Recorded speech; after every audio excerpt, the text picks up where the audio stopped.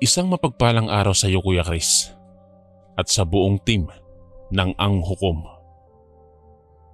Isa po akong masugid na taga-subaybay nyo simula nung ipakilala ni Kuya Barry ang channel nyo. Ako nga pala si Bart, isang kusinero dito sa isang 3-star hotel sa Masbate, Manila. Ang ikukwento ko sa inyo ay karanasan ng aking lolo na siyang nagturo sa akin ng pagluluto. Taong 1972. Kilala si Lolo Horacio sa Minglanilla, Cebu bilang pinakamagaling at pinakamasarap magluto.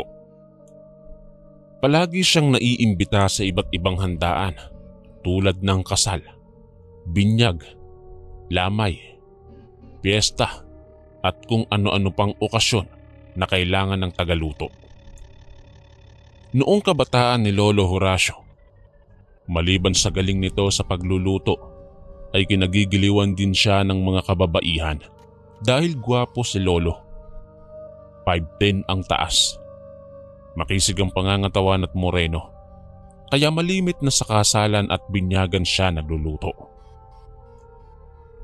Sa ganitong trabaho siya nakapundar ng sariling bahay at niyugan.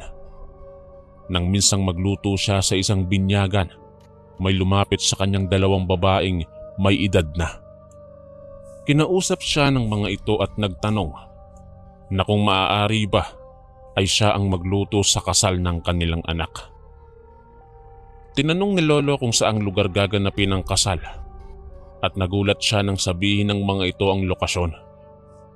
Hindi ko nababanggitin ang eksaktong pangalan ng lugar, Kuya Chris, bilang respeto sa mga naninirahan doon ngayon.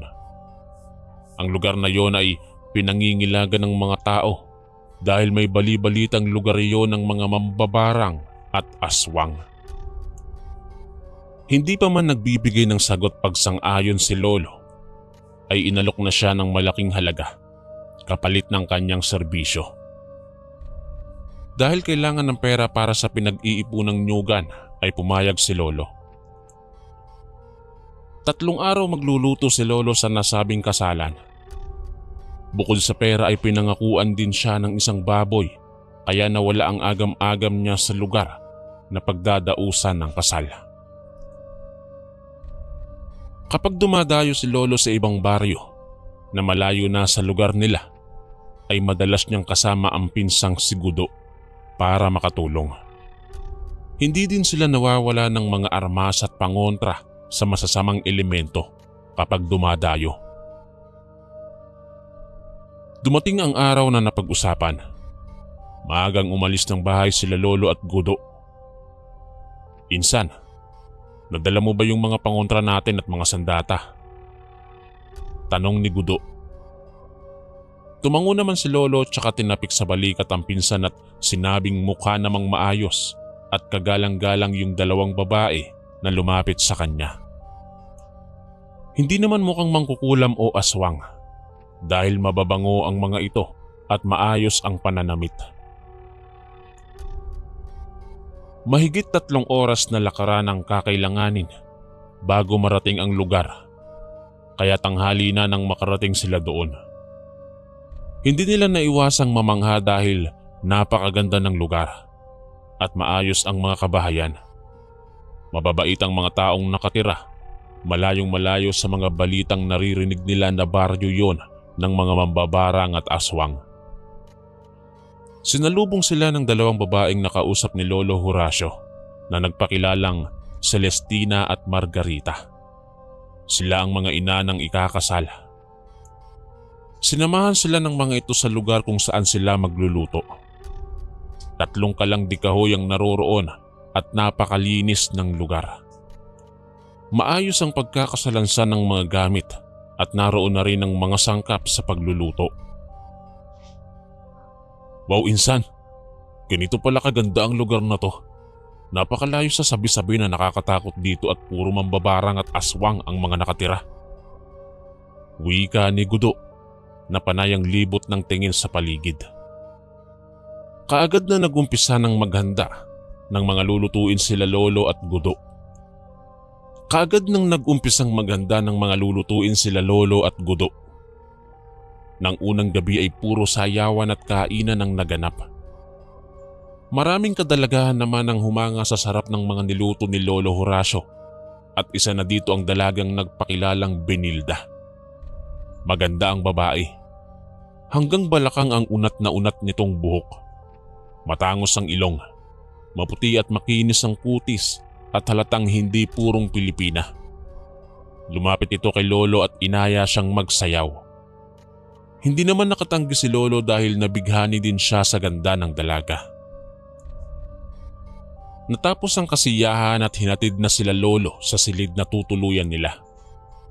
Hindi na naman napigilan ni Gudo ang mapahanga dahil napakalinis at napakabango ng silid. Yari sa sawali ang buong silid. May 2 kama at mga puting sapin. Mayroon ding 2 malalambot na unan. Dahil sa pagod ay mabilis na nakatulog si Gudo. Pero si Lolo Horacio ay hindi dinadalaw ng antok. Kinabukasan ay kita sa mga mata ni Lolo na kulang siya sa tulog at napansin yun ni Gudo. "Hoy insan, nakatulog ka ba? Parang hindi ka man lang yata natulog kahit sandali ah." Habang nag-uusap ang dalawa, ay biglang lumapit si Benilda at sinabing huwag silang mag-alala dahil kung ano man ang nadidinig nila tungkol sa lugar na iyon ay hindi totoo. Nagkatinginan lang sila Lolo at Gudo. Nakaramdam sila ng hiya sa dalaga kaya nginitian nila ito at sinabing namamahay lang sila kaya hindi makatulog. Nang sumapit ang 2nd gabi, puro gulay ang ipinaluto kila Lolo at walang anumang halong karne. Nagtipon-tipon sa isang malaking puno ng nara ang mga kamag-anak ng ikakasal. Nakabihis ng purong puti at may daladalang sulo ang bawat isa. Nasa harapan ng magkasintahan, nasa gitna nila ang isang matandang lalaki na may mahabang balbas. Nagsiupo ang mga kamag-anak at naghawak-hawak ng mga kamay, tsaka nag-umpisang kumanta ng kakaibang awitin. Gumegewang sila sa kaliwat kanan ng marahan. Habang nadidinig naman nila Lolo ang awitin ay nakakaramdam sila ng kaginhawaan sa buong katawan na parabang nawawala ang kanilang mga problema. Tumagal ng 1 oras ang ginagawa ng mga tao at pagkatapos ay tsaka naghain ng mga nilutong pagkain.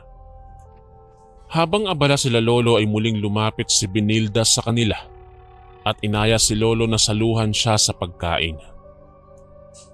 Naiwan naman si Gudo na nag-aayos ng mga ginamit sa pagluluto.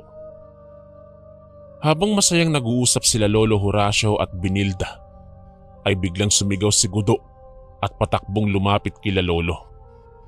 Napatingin ang lahat kay Gudo at tinanong kung anong nangyari. Nanginginig itong sumagot at sinabing may nakita siyang nakakatakot na nilalang na umaaligid sa pinaglulutuan. Nagtayuan ng mga kumakain at naglakad pabalik ng kani-kanilang tahanan. Nakaramdam ng kaba sila Lolo at Gudo ng mga oras na yon. Magtatanong pa sana sila kung anong nangyayari, pero pinigilan sila ni Benilda at hinatid naman sila nito sa kanilang silid. Pagdating sa tinutuluyan, sinabi ng dalaga na itrangka ang pinto at huwag lalabas anuman ang marinig, maamoy o makikita nila. Lalong nakaramdam ng kaba sila Lolo at Gudo dahil seryoso ang mukha ni Benilda habang pinapaalalahanan sila. Ilang minuto pa ang nakalipas, biglang nag-amoy malansa ang paligid at nakarinig sila ng pag-angil sa labas. Dali-dali nilang inilabas ang mga sandatang palagi nilang dala at naghintay ng mga susunod na mangyayari. Alisto silang nagpapalinga-linga sa bawat sulok ng silid nang biglang may isang malakas na pag-angil ang gumulat sa kanila. Para itong nanggagaling sa isang mabangis na hayop. Patindi din ng patindi ang napakabahong amoy sa paligid. Dahil hindi makatiis si Lolo, Sumilip siya sa siwang ng bintana at nanlaki ang mga mata niya sa nakita. Napakaraming nakakatakot na nilalang ang nasa labas. Ang katawan ng mga ito ay sa tao at malaaso naman ang ulo. Itim na itim ang mga balat at kulay dilaw ang mga mata. Napaatras si Lolo sa takot at sinabi sa pinsang si Gudo na tama ang hinala nito. Baryo nga iyon ng mga aswang. Sumilip naman si Gudo at laking gulat nila nang biglang may lumusot na mabalahibong kamay na may matutulis na kuko. Nakalmot si Gudo sa mukha kaya napaatras ito at napaupo sa sahig. Inalalayan ni Lolo Horacio ang pinsan at mas lalo silang natakot nang tuluyang sirain ng nilalang ang bintana. Galit na galit itong nakatitig sa kanila. Tumutulo din ang laway at akmang papalapit na sa kanila nang bigla nilang itong bumagsak at nakita nila si Benilda. May hawak itong sibat na kawayan at may nakataling pulang tela sa ulo. Inutusan sila nitong magkubli at huwag gagawa ng anumang ingay. Nanginginig na sila Lolo ng mga oras na yon. Dali-dali silang pumasok sa ilalim ng higaan at nakiramdam sa paligid. Makalipas ang halos kalahating oras, naramdaman nilang may pumasok na naman sa nasirang bahagi ng silid at tinatawag ang mga pangalan nila ng isang lalaki. Hindi sila kumibo, maging ang paghinga nila ay dinahan-dahan nilang ginagawa. Ilang sandali pa at isang boses na naman ng babae ang tumawag sa kanila. Boses iyon ni Benilda. Dito na sumagot sila Lolo at lumabas sa pinagtataguan. Nang sabihin ng mga ito na ligtas na sila, ay nakahinga sila ng maluwag at napaupo sa sahig.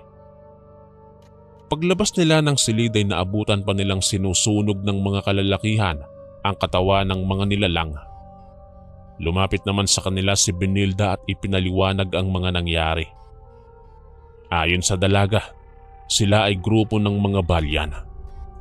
At ang mga nakita naman nila ay mga aswang na banwanhon. At matagal na daw nila itong kalaban. Ang balyan ay isang grupo ng mga shaman na maihahalin tulad sa mga babaylan. May kakayahan silang gumamit ng mga kaluluwa ng taong namatay na at espiritu ng kalikasan. Kilala din sila sa galing pagdating sa paggagamot gamit ang mga halaman at puno sa paligid. Ang banwanhon naman ay uri ng matatandang aswang na sa kagubatan nakatira. Ginamot ni Benilda ang kalmot sa mukha ni Gudo gamit lang ang mga halaman at damo sa paligid. Hindi ka panipaniwalang napakabilis nitong gumaling at naghilom kaagad. Nang araw ng kasalay, napakadami ang dumalo, kaya napakarami ding nilutong pagkain nila Lolo. Dahil sa sarap nitong magluto, dinagdagan pa ang ibinayad sa kanila at binigyan din sila ng tag-isang baboy. Nang matapos ang kasalan, kinausap si Lolo ni Benilda. Sinabi nito na anumang oras ay maaari siyang bumalik sa lugar dahil maghihintay daw siya. Tumango lang si Lolo at nagpasalamat. Ang huling salitang binitawan ni Lolo bago siya malagutan ng hininga ay magkikita na daw silang muli ni Benilda. Hindi na din naikwento ni Lolo kung ano ang kasunod na nangyari matapos ang karanasan nila at kung nakabalik pa ba siya sa lugar na iyon. Kapag yun kasi ang topic ay biglang magdadabog si Lola. Isang kakaibang karanasan ang naranasan ng aking lolo doon sa baryo na yon. Isang kamanghamanghang mga bagay ang kanilang natutunan mula doon. Isang nabuong pag-ibig ang bumukal mula sa pangyayaring yon. At nagpapasalamat ang aking lolo Horacio dahil kung hindi nangyari iyon, hindi na matatagpuan ang kanyang landas. Isang kakilakilabot na pangyayari ang kanyang nasaksihan dahil sa pagiging isang kusinero sa Cebu.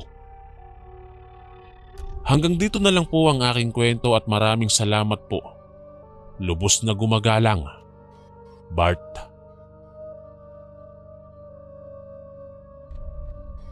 Magandang araw sa iyo, Kuya Chris, at sa lahat ng nakikinig sa channel mo. Ako nga pala si Tina.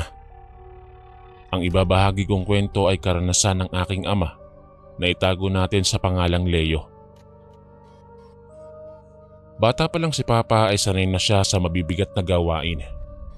Nagsumikap siya at pinag-aral niya ang sarili, kaya naging maganda ang buhay namin ngayon.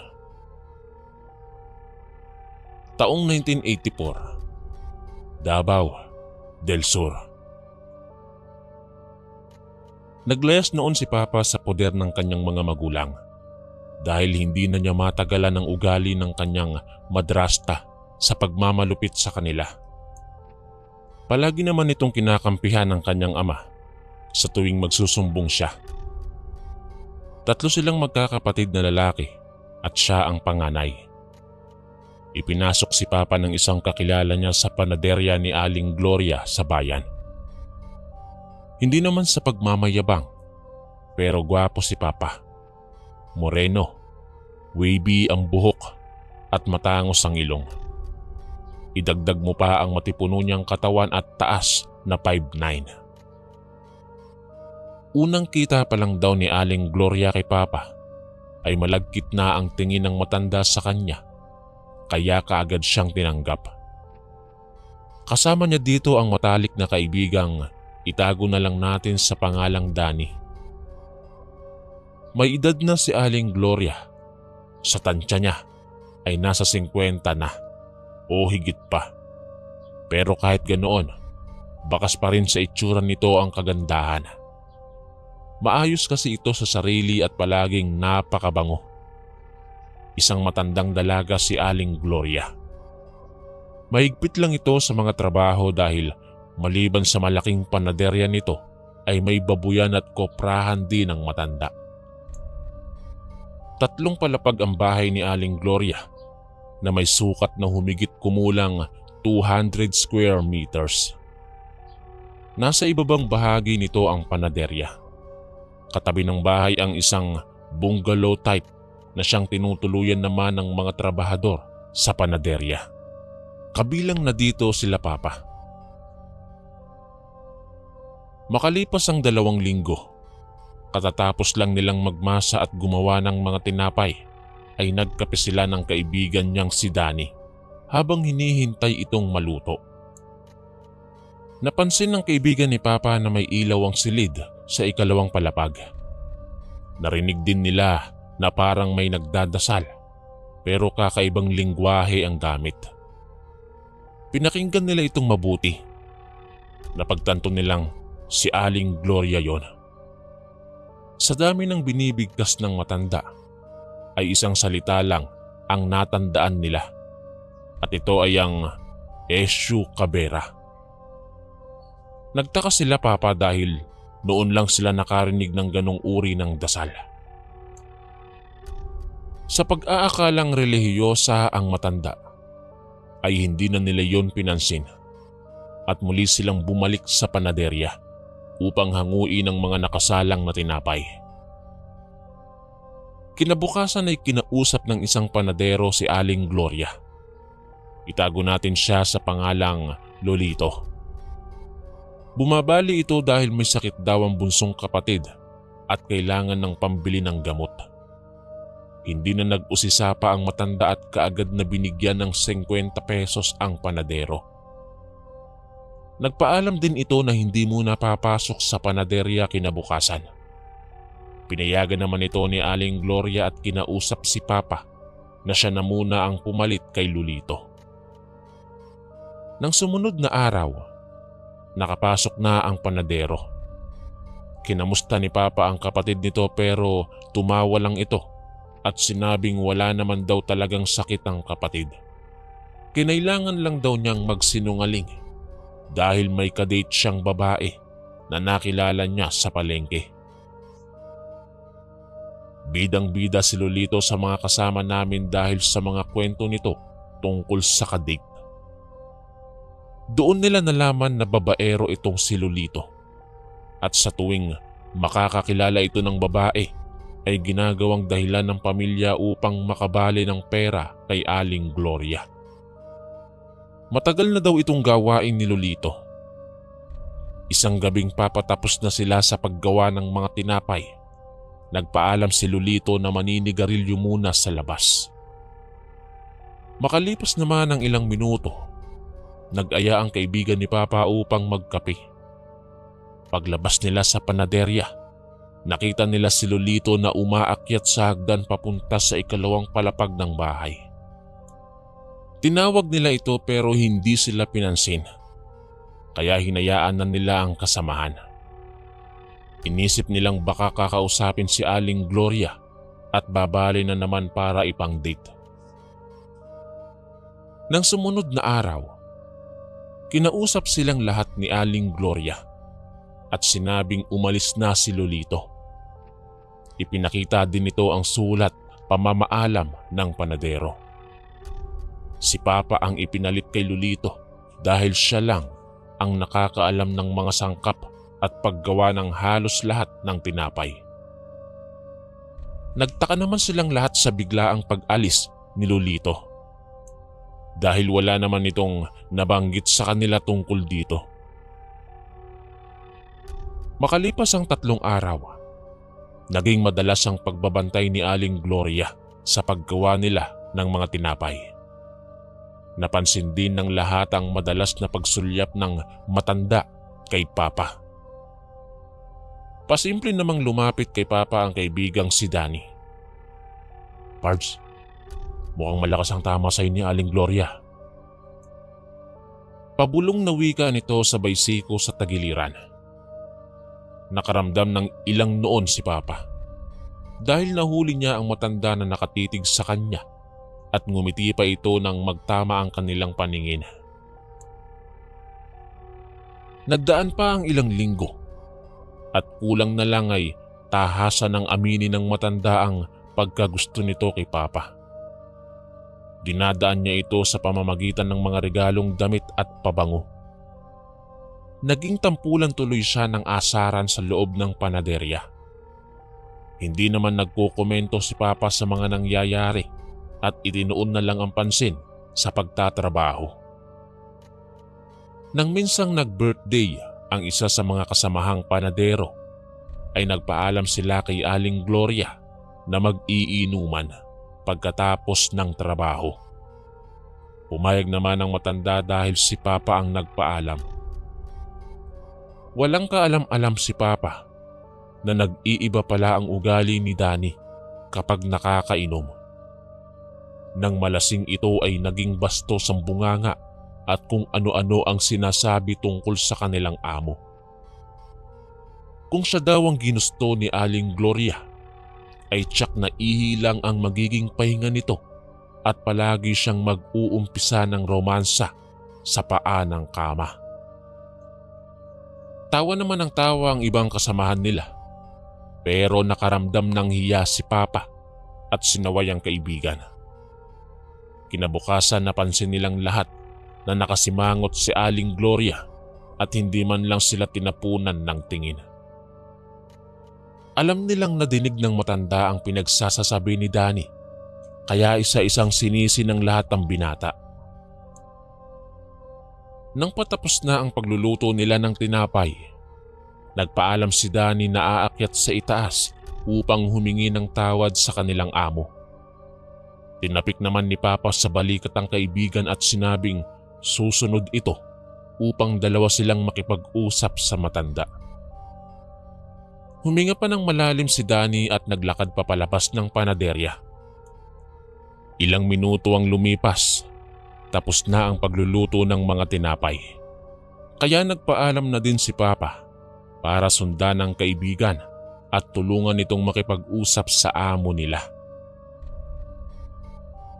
Habang papaakyat si Papa sa hagdan, narinig na naman niya yung kakaibang dasal na sinasambit ni Aling Gloria.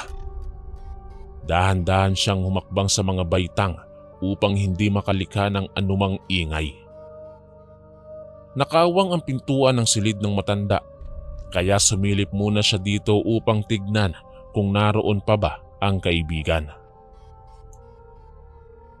Nang makita ang nangyayari sa loob, ay nanlaki ang mga mata niya. Nakahubot-hubad si Aling Gloria at ganoon din si Danny. Nakaharap ang dalawa sa isang altar na may imahe ng isang babae na walang saplot at may mga nakasinding mga kandila.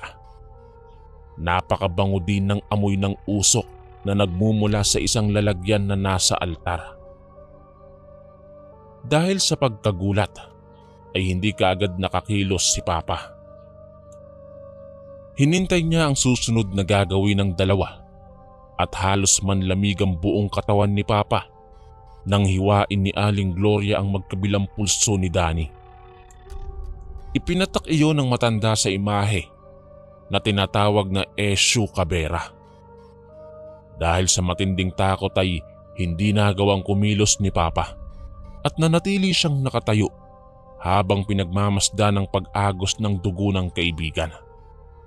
Ilang saglit pa ay nawalan na ng malay si Danny. Maya-maya pa ay bumukas ang pintuan sa tabi ng altar at dito na nagbago ang amoy. Ang mabangong aroma ay napalitan ng amoy na bubulok na hayop. Halos maihina sa pantalon si Papa nang makita ang isang nilalang na lumabas mula sa silid. Para itong napakalaking aso na walang balahibo. Nangingintab ang buong katawan. Kulay dilaw ang mga mata at may matutulis na pangil.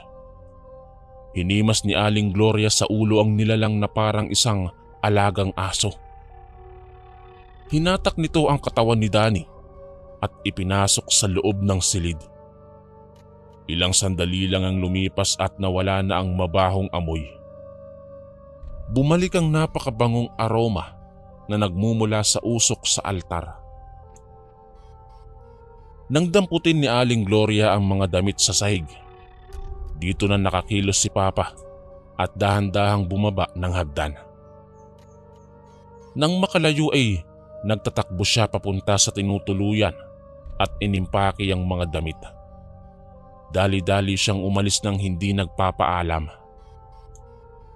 Hindi alam ni Papa ang gagawin dahil tiyak na hindi maniniwala sa kanya ang sino man kung magsusumbong siya. Dala ang mga gamit at perang naitabi. Wala sa isip na sumakay si Papa ng tricycle at bumaba sa pantalan. Sumakay siya ng barko papuntang Manila. Nagulat na lang siya at napatanong sa sarili kung bakit siya sumakay ng barko noong pababa na siya ng pantalan. Makalipas ang 3 taon, nalaman ni Papa na sarado na ang panaderya ni Aling Gloria. Bigla na lang din daw nawala ang matanda at natagpuan sa bahay nito ang ilang piraso ng mga durog-durog na bungo ng tao. Ang buong akala naman ng pamilya ni Danny ay magkasama sila ni Papa na lumuwas ng Maynila. Hindi niya masabi ang totoong nangyari dahil alam niyang hindi rin naman siya paniniwalaan. Taong 2009, nang malaman ni Papa ang tungkol sa dinadasal ni Aling Gloria. Ang Kimbanda ay isang Afro-Brazilian religion na nagsasagawa ng mga ritual at sumasamba sa Eshu at Pompagera. Nagagawa daw panatilihin ng Eshu Kabera ang magandang itsura ng sumasamba dito.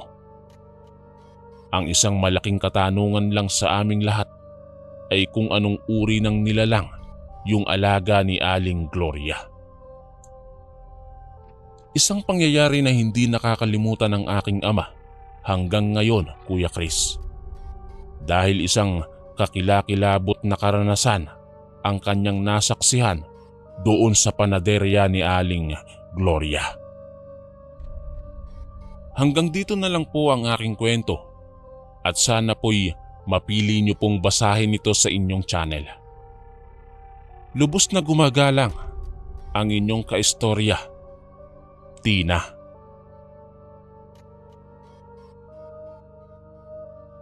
Isang mapagpalang araw sa iyo, Kuya Chris, at sa lahat ng tagapakinig sa channel nyo. Ako nga pala si Ricky. Bata pa lang ako ay nakahiligan ko na ang mga anting-anting, agimat at mga mutya. Dahil ito sa lolo kong manggagamot. Sa tuwing manggagamot si Lolo Onyong ay naroon ako at nanonood ng kanyang mga pamamaraan. Manghang-mangha ako sa tuwing napapasapi niya ang namiminsalang espiritu sa isang tao. May tikbalang, duwende, kapre, mangkukulam at kung ano-ano pang elemento na maaaring gumambala sa mga tao. Tuwing Biyernes ng hapon naman ay nagpupunta sa bahay ang mga kaibigan at kapwa manggagamot ni Lolo Onyong. Nagbibidahan sila ng kani-kanilang mga gamit at kung minsan pa nga ay nagsusubukan din sila. Taong 1987 nang mag-90 anyos si Lolo Onyong. Kinausap niya ako at sinabing ako na daw ang bahala sa lahat ng maiiwan niyang mga gamit. 18 taon na ako noon at ako lang din ang may interes sa mga ginagawa niya. Ang mga tiyuhin ko kasi ay nasa ibang bansa lahat. Kami na lang ang naiwang pamilya ni Lolo sa Pilipinas. Ipinasa niya sa akin ang mga mutya, medalyon at mga libretang naglalaman ng mga orasyong ginagamit niya sa panggagamot. Mula sa ilalim ng kanyang kama ay inilabas niya ang isang kahong nababalot ng itim na tela. Apa, ang bagay na ito ang pakaiingatan mo. Hanggat nasa iyo ito ay hindi ka tatablan ng anumang karamdaman at hindi ka magugutom o kakapusin sa gastusin. Sundin mo lang ang mga ibibilin ko at alagaan mo sana ang laman nito. Wika ni Lolo. Nakaramdam ako ng takot at pag-aalala dahil para bang namamaalam na siya gayong napakalakas pa niya at hindi kababakasan ng anumang sakit sa kabila ng kanyang katandaan. Ayon sa kanya, ay nagawa na raw niya ang mga dapat niyang gawin sa mundo. Kaya oras na para maglakbay siya sa panibagong pagsubok at kaalamang espiritual. Alo, ano po bang laman ng garapong yan at bakit kailangan kong alagaan? Tanong ko sa aking lolo. Ayon sa kanya, ay isa raw itong uri ng tuyol. Natutunan daw niya ang paggawa noon sa isang monghe na nakasama niya noong kanyang kabataan. Nilukob ako ng matinding takot nang malaman ko kung paano ginagawa ang tuyol, Kuya Chris. Ayon kay Lolo, kinakailangan mong humanap ng isang babaeng 7 buwang buntis. Pahihirapan mo ito hanggang sa malaglag ang bata sa sinapupunan. Pagkatapos ay nanakawin mo ang patay na sanggol at magsasagawa ka ng isang ritual sa loob ng 13 gabi. Matapos iyon ay bibigyan mo ito ng pangalan at pakakainin ng dugo mo tuwing sasapit ang kabilugan ng buwan. Sa oras na mapakain mo ito at maalagaan, ay hindi ka magkakaroon ng malulubhang karamdaman. Magiging ligtas ka sa anumang atake ng mga espiritu at hindi ka mauubusan ng pagkakakitaan o biyaya dahil yon ang ibibigay sa iyo ng tuyol kapalit ng pagpapakain mo sa kanya ng sarili mong dugo. Ayaw ko sanang tanggapin ang garapon pero wala akong magawa dahil kapag hindi ko raw ito tinanggap ay magiging malaking problema ng aming pamilya. Makalipas ang 1 buwan, nagising na lang ako isang umaga na hindi na humihinga si Lolo. Matapos niyang mailibing ay naghanda na ako sa mga dapat gawin sa tuyol. Naghintay ako ng pagbilog ng buwan at nang sumapit ang araw na hinihintay ko, binuksan ko ang garapon. Napakabango ng amoy nun na parang pinaghalo-halong mababangong bulaklak. Nang patakan ko ng aking dugo ang ulo ng tuyol, ay bigla itong kumislot. Napaigtad ako sa takot at pagkagulat. Kitang-kita ako na kumilos ang nangingitim ng katawan ng sanggol sa loob ng garapon. Kaagad ko itong tinakpan at muling binalot ng itim na tela, tsaka ibinalik sa dati nitong pwesto. Magmula noon tuwing kabilugan ng buwan, ay pinapakain ko ang tuyol na pamana ni Lolo Unyong. Nakapagtapos ako sa pag-aaral nang hindi nahihirapan sa pinansyal. Nakilala na din ako sa lugar bilang kapalit ni Lolo sa paggagamot. Ang mga dating kaibigan at kakilala niyang manggagamot at antingero ay dumadalaw na sa bahay tuwing Biyernes. Lumipas ang panahon at naging bihasa na ako sa gamotang espiritual. Umangat din ang pamumuhay ng aking pamilya. Nang makilala ko si Claire, ay nagkasunod-sunod pa ang swerteng dumarating sa amin. Nakabili ako ng 2 pampasaherong jeep dahil sa aking pagsisikap. Nang ikasal kami ni Claire, ay umuwi ang mga tiyuhin ko mula sa ibang bansa. Masayang masaya ang buong pamilya namin at muli kaming nagkasama-sama. Isa sa mga asawa ng tiyuhin ko na itago na lang natin sa pangalang Shoni ay masyadong mitikulosa sa bahay. Gusto nitong palaging malinis at nakaayos ang mga gamit. Dahil nga tiwala akong hindi pakikialaman ang mga kagamitang nasa dating silid ni Lolo, ay naging kampante ako. Isang araw, nagkaroon ng problema ang driver ng isa kong jeep. Nakabangga ito ng batang tumatawid. Mabuti at galos at pasalang ang tinamo ng bata, kaya sinagot ko ang gastos nito sa pagpapagamot. Pinakiusapan ko din ang mga magulang nito na kung maaari sana ay wag nang magreklamo dahil wala namang nangyaring masama sa bata. Gabi na nang makauwi ako sa amin. Naaya pa kasi akong uminom ng ibang driver sa paradahan. Habang naglalakad ako palapit sa bahay namin, bigla akong nakarinig ng iyak ng isang sanggol. Nagpalingalinga ako pero wala naman akong nakitang bata. Inisip ko na lang na baka isa sa mga kabahayang dinadaanan ko ay may sanggol na kasisilang pa lang. Nagpatuloy ako sa paglalakad at nang malapit na ako sa bahay ay naaninag ko ang isang imahe ng maliit na nilalang sa tapat ng gate namin. Itim na itim ito at pulang-pula ang mga mata. Akmang lalapitan ko na sana pero bigla itong lumundag sa imburnal at naglaho. Dali-dali akong lumapit sa imburnal para tignan kung naroon pa ito pero wala na akong nakita. Napailing na lang ako at nasabi sa sariling mukhang naparami ako ng inom.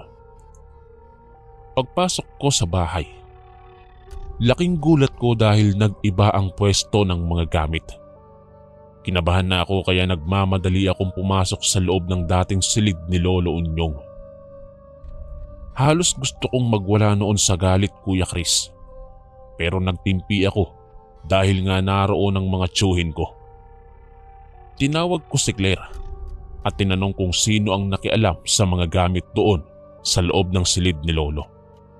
Sinabi nitong nilinis daw ni Tita Shoni ang silid at inalis ang mga basurang naroon. Dali-dali kong tinanong kung nasaan ang mga bagay na inalis dito. Halos mapasigaw ako sa galit dahil sinunog pala iyon ni Tita Shoni. Nang tignan ko ang garapon sa ilalim ng kama, ay wala na ito roon, kaya kaagad ko nang kinausap ang tiyahin ko. Tinanong ko kung saan nito dinala ang garapon. Ayon sa kanya, itinapon na daw niya ang laman noon dahil mabaho at itim na ang tubig sa loob. Nakapagbitaw ako ng mabibigat na salita dahil sa ginawang yon ng tiyahin ko. Bagay na hindi nagustuhan ng aking mga magulang at tiyuhin.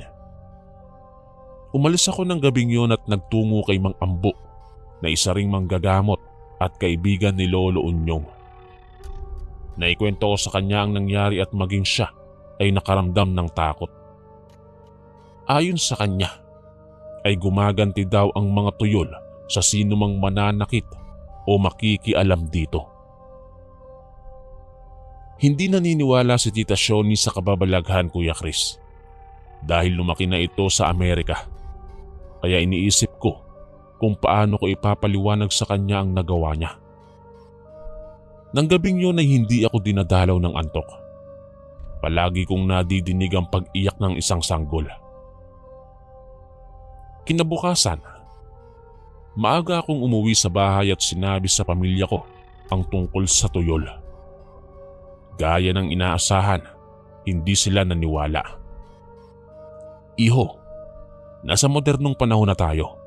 Pati ba naman ikaw ay napaniwala ng lolo mo tungkol sa mga agimat at anting-anting na hawak niya? Kung talagang totoo ang mga yon, bakit hindi siya nailigtas sa kamatayan? Wika ng isang tsuhin ko habang tinatapik-tapik ako sa balikat ko. Wala na akong nagawa kundi ang magsawalang kibo na lang. Hinanap ko ang libreta ng mga dasal para sa tuyol at kung paano maiiwasan ang pagganti nito. Pero kasama pala iyong nasunog. Lumipas ang isang linggo.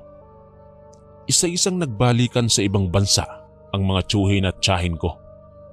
Nagkasunod-sunod naman ang problema sa mga pampasada kong jeep at palaging may nasisira o di kaya naman ay mahina ang kita. Nagkaroon din ng problema ang kumpanyang pinapasukan ko at nanganganib akong matanggal.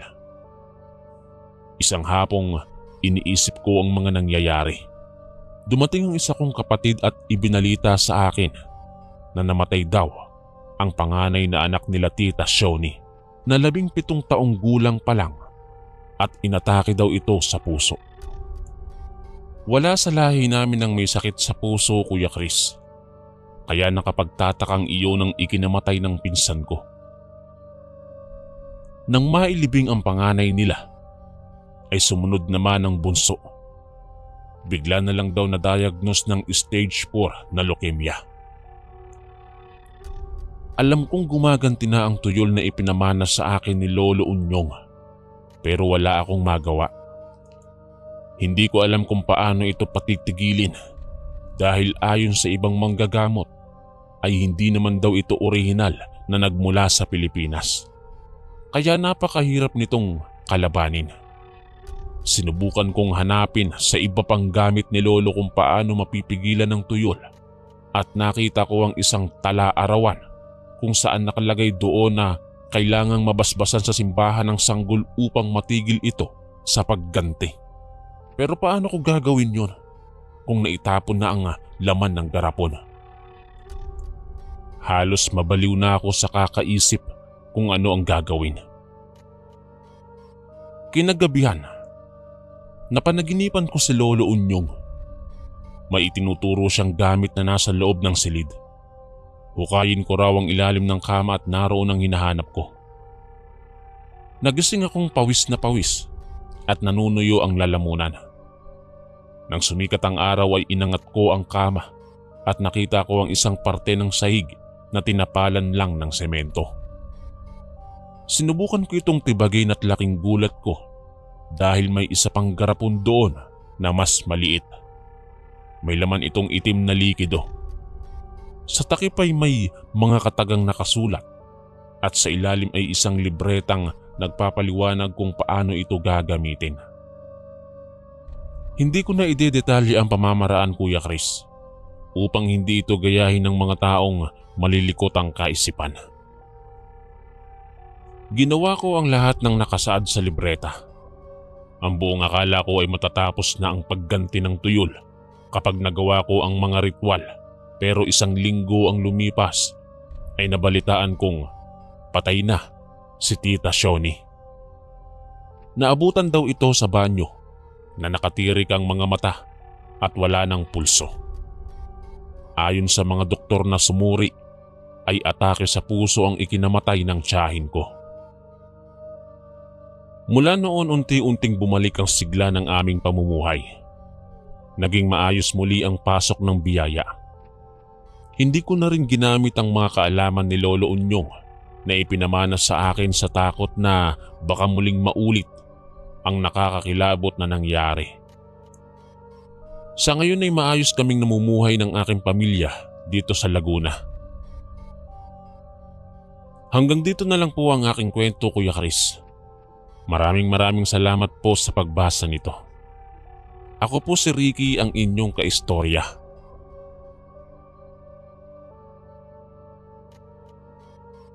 Magandang araw sa iyo, Kuya Chris, at sa lahat ng tagapakinig sa channel mo. Ako nga po pala si Shirley. Nakahiligan ko ang pakikinig sa mga horror channels dahil sa mga kaibigan ko. Sila din ang nag-udyok sa akin na ibahagi ang karanasan ng mga magulang ko.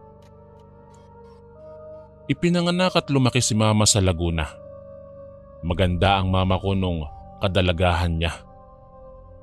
Palagi siyang kinukuha sa mga sagala para maging Reyna Elena. Dito rin niya nakilala ang isang binatang naging masugid niyang manliligaw. Magkaklase naman sa elementarya si Mama at si Papa.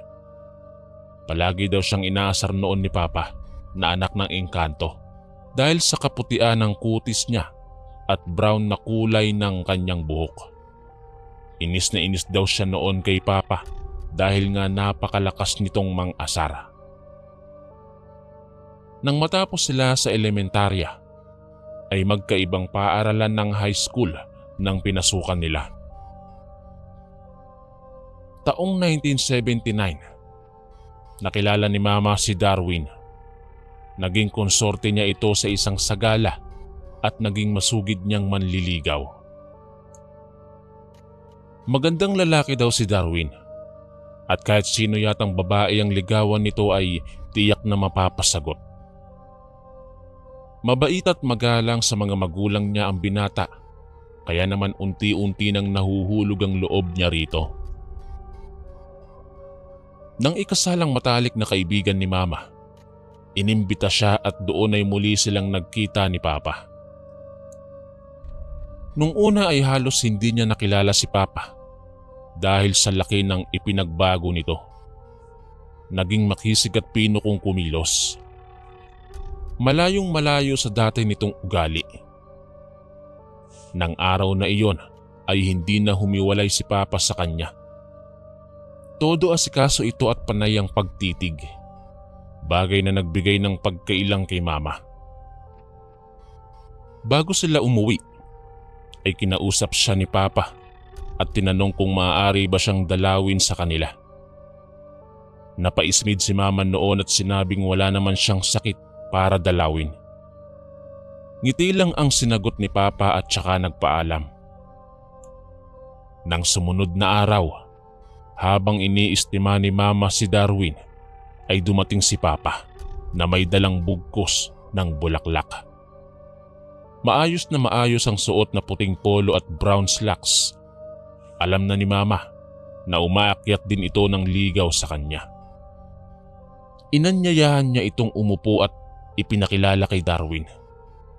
Nahalata ni Mama na naiilang si Papa dahil panay ang punas nito ng pawis sa noo at panay ang pag-uga ng magkabilang binti. Halos walang umiimik sa kanilang tatlo. Hanggang sa magpaalam na si Darwin. Babalik na lang daw siya sa susunod na araw. May aasikasuhin daw ito. Halata sa itsura ng binata ang pagkainis kaya humingi ng pasensya si Mama. Tumango lang ito at ngumiti, tsaka nagpaalam sa mga magulang ni Mama. Nang makaalis ang binata ay hinarap niya si Papa. Tinanong kung ano ang sadya nito. Utal-utal na sumagot si Papa na umaakyat siya ng ligaw. Naging matyaga si Papa sa panunuyo niya. Isang gabing papauwi sila Mama at si Lola galing kaarawan ng isang kamag-anak. Hinarang ng 3 kalalakihan ang tricycle na sinasakyan nila at pilit silang pinapababa.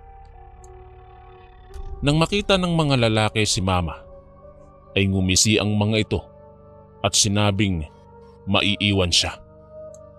Hinablot ng isang lalaki sa braso si Mama. Hindi siya makapalag dahil may barilang mga ito. Todo pakiusap naman noon si Lola na wag silang sasaktan at kunin na lang ang pera at mga alahas nila. Pero tumanggi ang mga lalaki. Nang akmang kakalad ka rin na papalayo si mama ng 3 lalaki, ay biglang may isang malaking aso ang mabilis na tumakbo papalapit sa mga ito at isa-isang pinagkakakagat sa iba't ibang parte ng katawan ang mga lalaki. Galit na galit ang aso na tumutulo pa ang malapot na laway sa bibig. Sinubukang barilin ng mga lalaki ang aso pero parang hindi ito tinatablan. Bukod doon ay hirap na hirap silang asintahing maigi ang hayop. Maya-maya pa ay may dumating na naman na isa pang malaking aso. Halos wala ng balahibo ang buong katawan nito at mas malaki kaysa sa nauna. Nakaramdam na ng takot si mama at si lola. Nang mga oras na iyon ay hindi pa rin binibitawan si mama ng lalaking nakahawak sa kanyang braso. Nang magkasabay na sumugod ang 2 aso, nakagat nila sa binti ang nakahawak kay mama. Kaya nakahulagpos siya at nakatakbo kay lola. Habang abala sa pagtatanggol sa sarili ang mga lalaki, ay dahan-dahang humakbang papalayo sila mama at nang makahanap ng pagkakataon ay mabilis silang tumakbo papalayo. Nang makakita sila ng mga lalaking nag-iinuman sa bakuran ng isang bahay, ay lumapit sila dito at humingi ng tulong. Kaagad naman silang tinulungan at tinanong kung taga saan sila. Hinatid sila ng mga lalaking tumulong sa kanila sa bahay. Tiyempo namang naroon si Papa na naghihintay. Nang makitang umiiyak si Mama, ay nag-alala siya at tinanong kung ano ang nangyari. Hindi umiimik si Mama at dire-diretsyong pumasok sa loob ng bahay. Sumalubong naman si Lolo at nagtanong din kung ano ang nangyari. Ikwinento ni Lola ang buong pangyayari at ganoon na lang ang galit ni Lolo. Isang PC o Philippine Constabulary ang kapatid ni Lolo. Kaya lumapit sila dito upang madakip kaagad ang mga lalaking humarang sa kanila. Lumipas ang 1 linggo. Hindi na nagpakita o dumalaw man lang sa bahay nila mama si Darwin. Nalaman naman nila na anak ng kapitan ng kabilang baryo ang isa sa mga lalaking humarang sa kanila. Kilala daw iyon sa kabilang baryo na loko-loko at walang kinatatakutan dahil sa posisyon ng ama. Kaagad namang nahuli ang 2 sa mga lalaking kasama nito. Nakaramdam ng takot ang pamilya nila mama dahil hindi nahuli ang anak ng kapitan. Pilit namang nakikipag-areglo ang ama nito kila mama pero hindi sila pumayag. Lumipas muli ang 1 linggo. Napansin nila ang isang lalaking umaali-aligid sa bahay nila tuwing magdidilim na. Hanggang sa isang gabi, habang nakikipagkwentuhan si mama kay papa, ay bigla silang nakarinig ng mga putok ng baril kaya mabilis silang nagsidapa. Nagkabasag-basag din ang mga gamit sa loob ng bahay. Dali-dali namang humanap ng maayos na pwesto sila mama at papa upang makapagkubli. Nang huminto ang putok ay nakiramdam sila sa susunod na mangyayari. Ilang minuto nga ang lumipas, muli na naman silang pinaputukan. Nang tumigil ang pagpapaputok ay naghintay muli ng ilang minuto si Papa at pagkatapos ay pagapang siyang lumapit sa pintuan upang silipin ang labas. Wala nang tao doon. Wala namang nasaktan sa pamilya at maya-maya lang ay nagdatingan na ang mga barangay tanod. Alam nilang yung anak ng kapitan ang may gawa nun. Kaya nagpasya ang pamilya nila mama na umalis muna sa lugar habang hindi pa nahuhuli ang salarin. Pansamantala silang nakipanuluyan sa kapatid ni Lolo na isang PC. May kalayuan ng lugar ng kapatid ni Lolo pero nagagawa pa ring dalawin ni Papa si Mama upang palakasin ang loob. Dito na unti-unting nahulog ang loob ni Mama kay Papa dahil sa matyaga nitong panunuyo sa kanya. Lumipas ang 2 linggo, gulat na gulat si Mama sa ibinalita ng kanyang tiyuhin. Patay na daw ang anak ng kapitan. Natagpuan daw ito sa gitnang bukid na punong-puno ng sugat ang buong katawan at halos maubos na ang dugo. Para daw itong nilapa ng isang mabangis na hayop. Pakiramdam ni Mama noon ay nahugutan siya ng tinik sa dibdib. Nang makabalik sila sa kanilang tahanan, ay kalat na sa lugar ang balitang isang aswang ang pumatay sa anak ng kapitan at ang itinuturong may gawa noon ay ang pamilya ni Darwin. Bagay na hindi naman pinaniwalaan ng pamilya ni Mama. Habang nag-aayos ng mga gamit, ay nabanggit ni Lola si Darwin.